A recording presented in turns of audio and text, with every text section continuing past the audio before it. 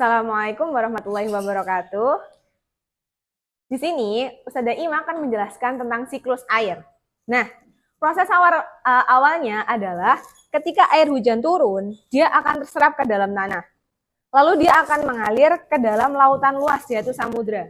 Kita tahu bahwa air adalah yang paling penting di kehidupan kita, di mana air itu menjadi sumber dari kehidupan kita. Dan kenapa air itu tidak bisa habis-habis? Karena air mengalami siklusnya. Di sini Ustazah akan jelaskan siklus air. Pertama tadi, air hujan akan menyerap ke dalam tanah, lalu mengalir ke samudra, ke laut, ke sungai, atau danau.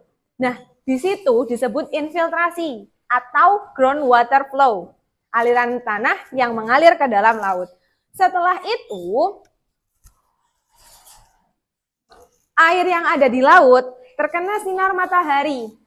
Sinar matahari ini akan membuat proses penguapan terjadi air laut. Jadi matahari ini terjadinya penguapan proses air laut.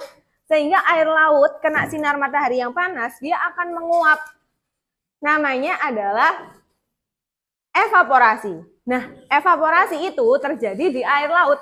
Sedangkan di daratan, tanaman itu namanya transpirasi.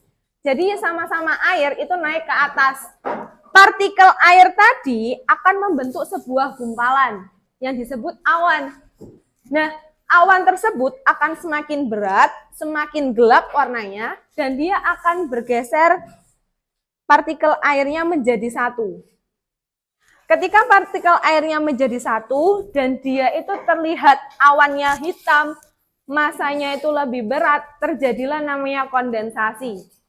Jadi partikel air dari proses penguapan, evaporasi dari air laut, dan transpirasi dari tumbuhan, dia akan berjalan dan menjadi evaporasi.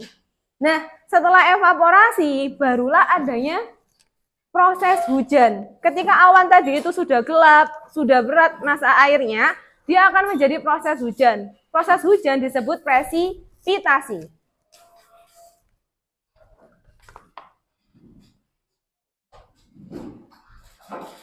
Nah, hujan akan